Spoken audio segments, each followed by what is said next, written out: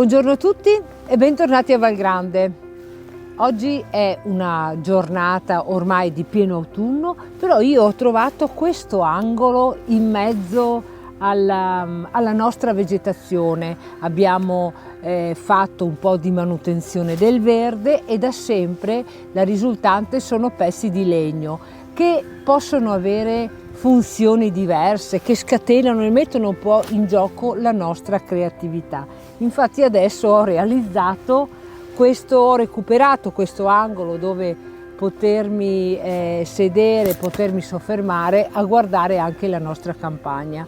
Ma non solo, in questo momento sto pensando anche quanto le nostre attività possono diventare personalizzate in funzione delle nostre aspirazioni e dei nostri sentimenti.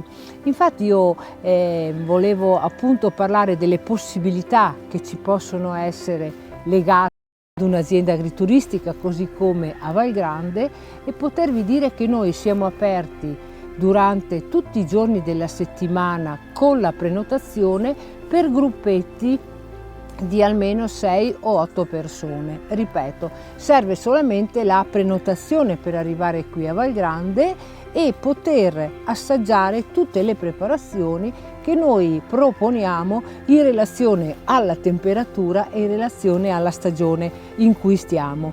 Infatti in questo fine settimana, e ripeto, quando parlo di fine settimana non intendo solamente i giorni di sabato e domenica, ma anche il venerdì.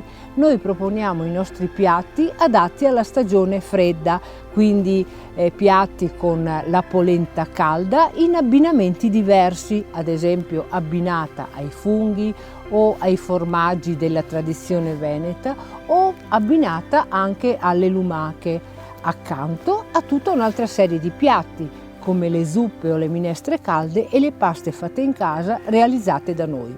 Se siete curiosi quindi di assaggiare e di vivere anche anticipando l'atmosfera invernale, vi invito a venirci a trovare e lo potete fare sempre con la solita modalità.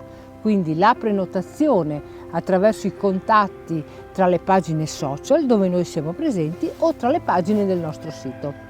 Per il momento io mi soffermo ancora un po' in questo angolo non verde, ma questo angolo invernale e vi aspetto. Ciao!